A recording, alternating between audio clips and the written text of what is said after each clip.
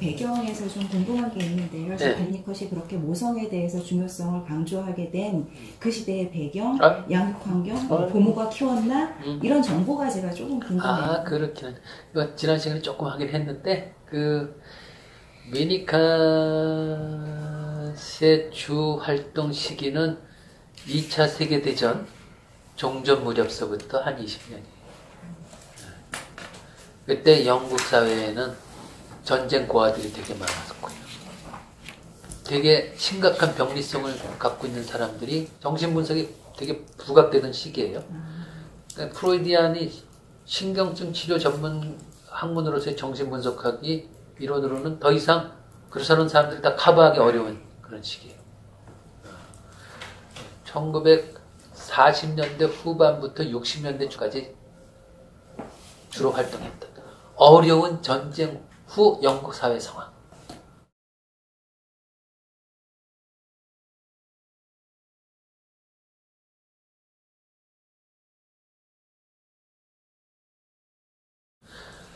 (21세기) 한국의 상황에서 강남의 엄마들이 전부 조선족 아줌마들한테 아이들을 맡기고 아파트 중국 후학무대에 조선족 아줌마들이 막 이렇게 하더라니까 집안이 대단히 가문이 되게 좋아. 그런데 성장한 자녀들이 자존감도 별로 없고 사회적으로 아무리 배경을 좋은 걸 뒷받침해줘도 자꾸 그냥 뭐 이렇게 자꾸 다운이 된단 말이야. 좋은데 시집 보내서 잘 보내려고 해도 중간에 엉뚱하게 막 계속 이상한 일이 생기고. 그 근원을 추적해 봤더니 탄생 초기에 아이한테 제대로 된 소중한 이 아이가 이제 네가 태어났구나 이런 엄마의 그 환상의 대상이 되어보지 못한 사람들이 주로 그렇게 되더라고. 근데 이거는 전쟁 상황하고도 좀 다른 상황이죠. 엄청 외부적 조건이 부러워할 만한 조건인데도 엄마가 어떤 일 때문에 엄마가 엄마의 엄마 또는 자기한테 대단히 강한 삶에 영향을 미치는 중요한 대상한테 신경 쓰면서 다 이렇게 하느라고 아이한테 이익을 못했다니까. 그런 경우에 이게 해당되더라고. 사회적인 그런 외부적인 어떤 그런 거는 전혀 무관해. 이 자체로 영향력을 미치더라고.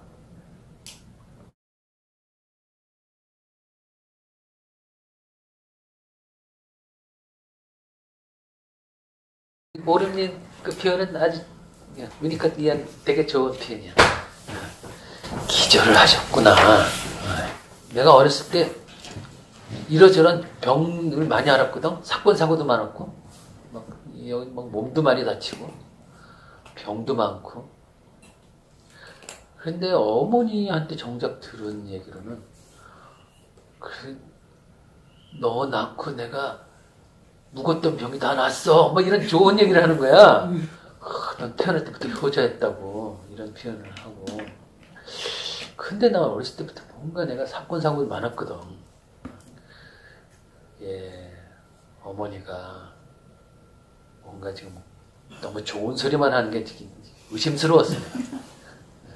뭐냐면 어머니의 주 관심은 첫째한테 다 있었어. 그 윗 어른들 이렇게 만나서 물어봐도 그 속마음 못 속이는 거지. 만날 때마다 그 첫째 자랑만 하고 다녔다. 그 엄마의 환상 속에서 내가 언제쯤 태어났는가. 괜찮은 학교 들어갔을 때 그때일 수도 있겠다. 이런 생각 들더라고. 여러분 태어나긴 했어?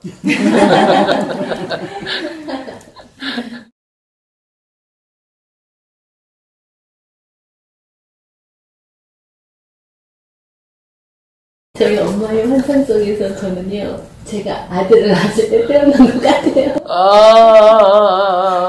아들을 낳았어요. 굉장히 귀하게 손주를 지금도. 그러니까 엄마의 반응이 이제 기억이. 네. 그러시구나. 네. 그 시대의 가치관을 갖고 있는 분들은 못 말려요. 남아선호 사랑이 한 번도 아들을 못 가졌을 때 딸을 통해서 손주를 만났을 때 그랬을 수도 있어요.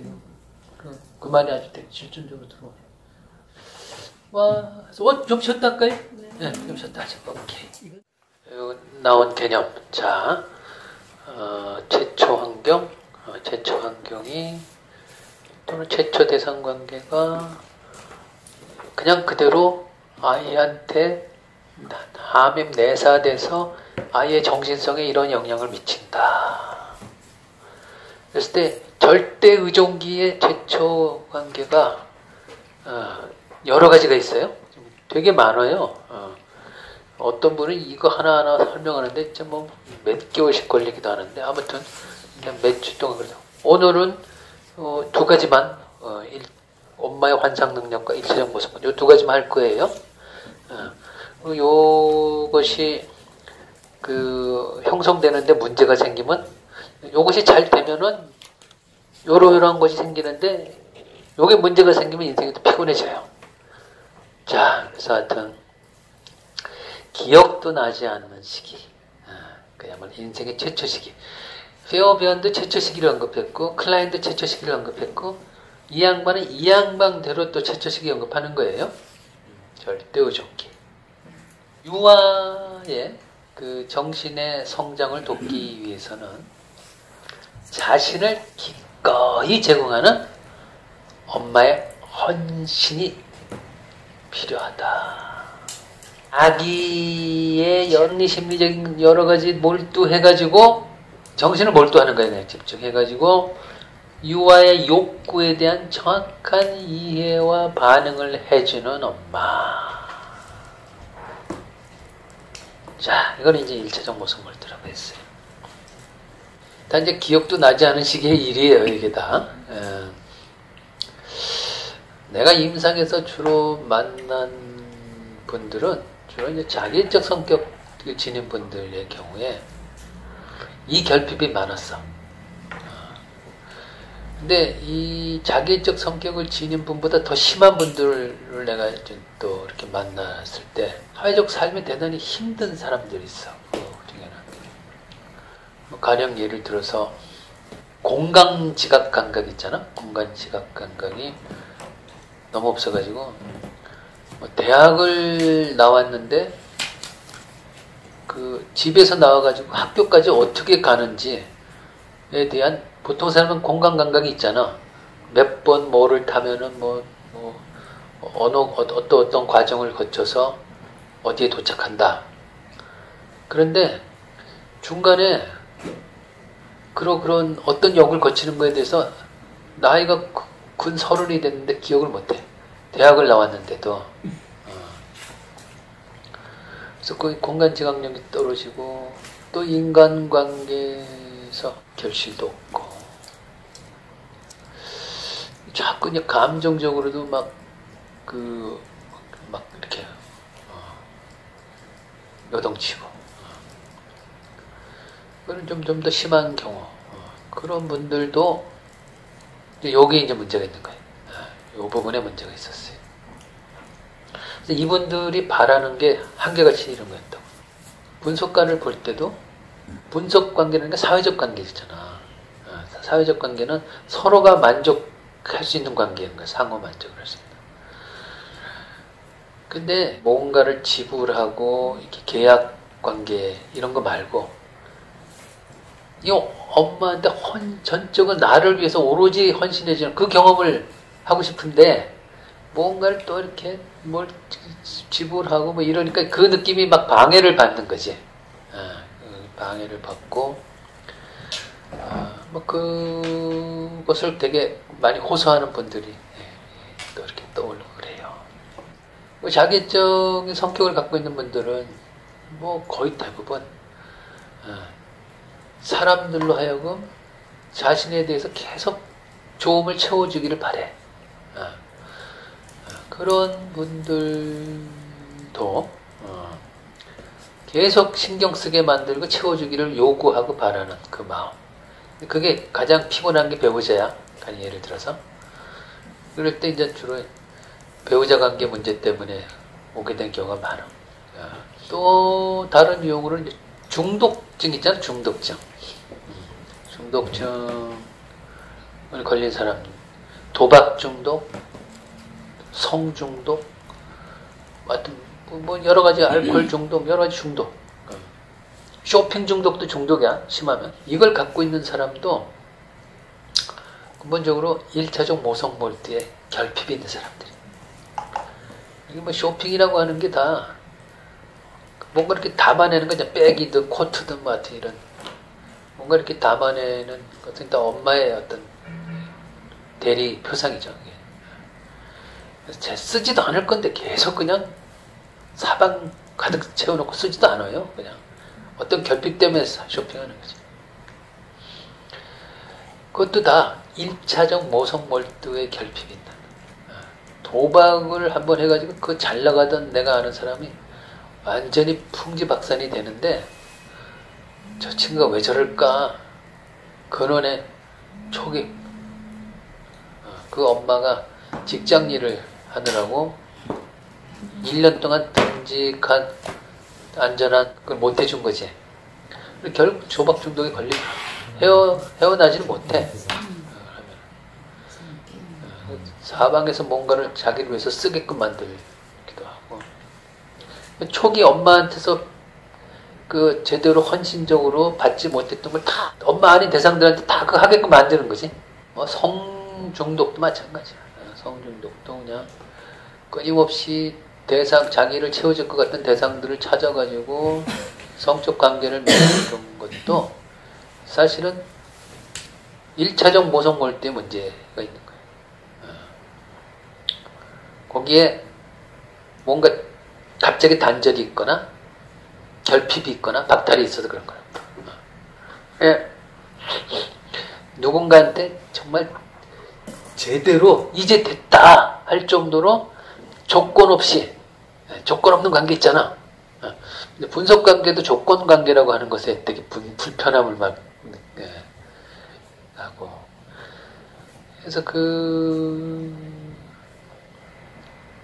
표현을 하는 분들 되게 1차적 모성몰두에 문제가 있는 거지. 아이한테 조건 없이 일단 이전에 엄마의 환상 속에서 너무나 소중한 아이가 태어나야죠. 그리고 다음에 몰입이 되는 거거든. 그래서 정말 제대로 조건 없이 헌신적으로 첫 1년 동안 제대로 받아봤다. 이 느낌. 이게 1차적 모성몰두. 근데 이게 인생을 살다가 여러 가지 조건으로 엄마의 성격 자체가 결핍이 돼서 우울한 엄마나 자결적 엄마나 또는 분열이 있는 엄마로 인해서 이게 못 될 수도 있고 사회적 상황 때문에 못 될 수도 있잖아. 이게 맞벌이를 해야 돼서 또는 뭐 국가의 재난이 일어나서 여러 가지야. 또 부모가 돌아가셔서 뭐 여러 가지. 이랬을 때 1차적 모성몰두에 이제 결핍이 있죠. 결핍이 있는데 그래도 그 엄마 자체가 그 모성몰두를 할 수 있는 그런 자원을 갖고 있는 엄마일 경우에는 충격이 조금 덜한데 외부적 상황이 또 외부적 상황과 엄마의 어떤 성격 자체 두 가지가 다 같은 요소야. 영향을 미치는. 1차적 모성몰두 특히 자기자들이 특히 많이 이렇게 이걸 못하면 평생 동안 대리자들한테 계속 받으려고 들거든. 예? 신경 쓰게 만들어. 근데 여기서 이게 안 됐을 경우에 여러 가지가 있는데 이게 안 됐을 경우에 여기 오늘 후유증 하나 존재 연속성과 연관된 거 먼저 하나 봅시다. 존재 연속성. 1차적 모성몰두가 1년 동안 안전한 관계 속에서 이루어져야만 존재 연속성이 이루어져요.